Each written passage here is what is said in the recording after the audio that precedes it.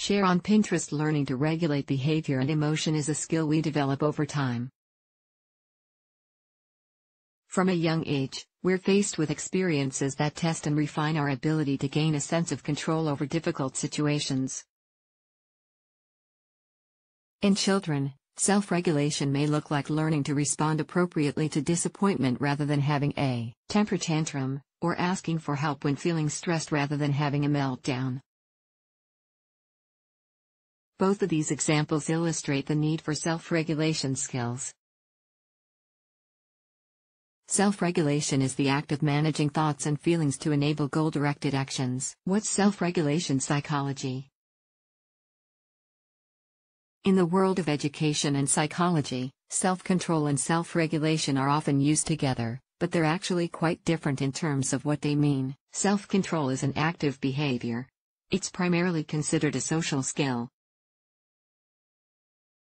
When it comes to kids, self-control is about inhibiting impulses. Self-regulation, however, allows kids to manage their behaviors, body movements, and emotions while still focusing on the task at hand. When self-regulation skills are working, a child can identify the cause, reduce the intensity of the impulse, and possibly know how to resist acting on it. In a broader sense, having self-regulation skills is what allows kids to have self-control. Drive. Roseanne Kapana-Hodge, pediatric mental health expert and author, describes self-regulation as our ability to put our brakes on and stay the course in pursuit of a goal or when completing a task. In other words, when it comes to controlling our behaviors, self-regulation is about pumping the brakes or shifting gears, whatever the situation is. Emotional regulation has to do with being in a balanced emotional state so that you don't react so strongly or not enough in more challenging situations, Kapana-Hodge says. That means a child is calmer and reacts less strongly to demands and stressors. How do kids learn self-regulation? Research trusted source points to findings that the majority of children appear to demonstrate rapid gains in behavioral self-regulation skills from ages 3 to 7, and even more so during the preschool years. Knowing how kids gain these skills is what helps parents teach and reinforce them at home.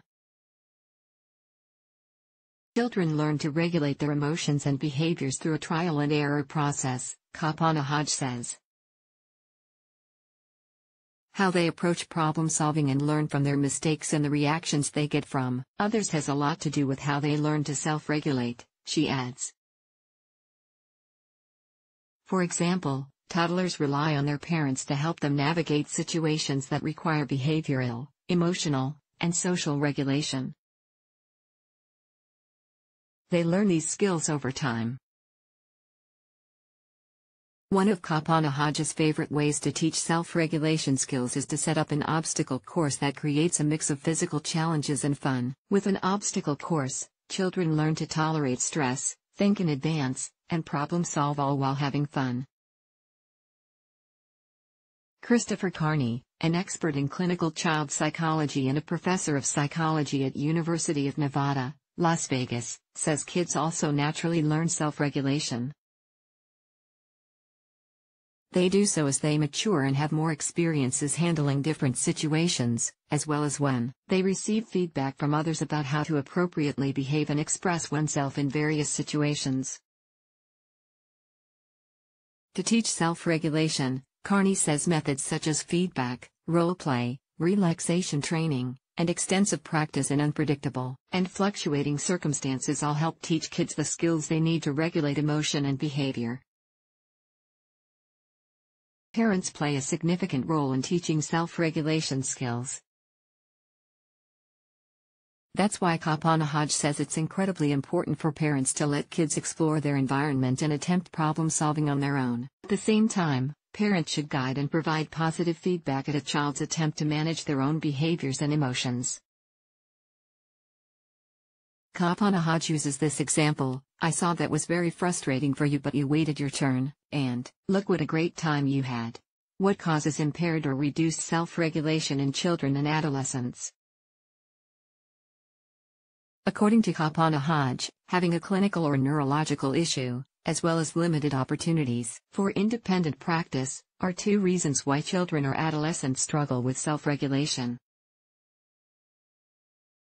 She explains that conditions such as ADHD, anxiety, autism, learning disabilities, etc., all affect how the brain regulates its brain waves. That in turn affects how one self-regulates behavior and emotions.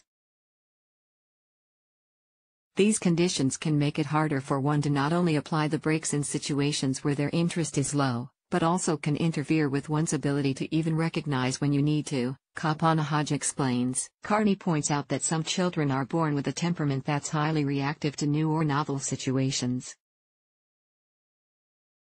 These children often become upset more easily and stay upset longer than most kids their age.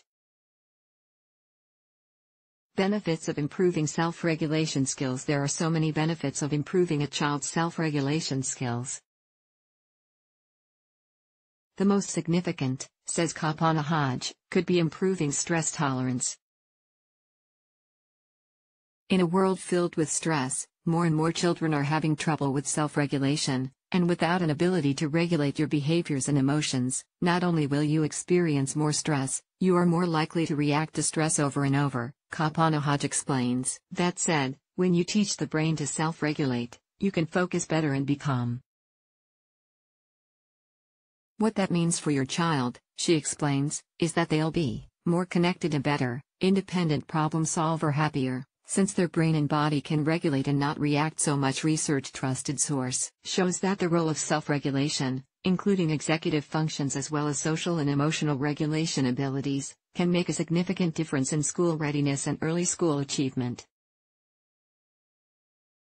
This research aligns with Carney's expert opinion that better self-regulation allows for better functioning in social and academic settings, such as engaging in conversations, focusing on tasks, cooperating and playing well with others. Making French tips for parents to help manage and teach kids self-regulation skills. Parents are one of the most influential teachers in their child's life, especially when it comes to self-regulation skills.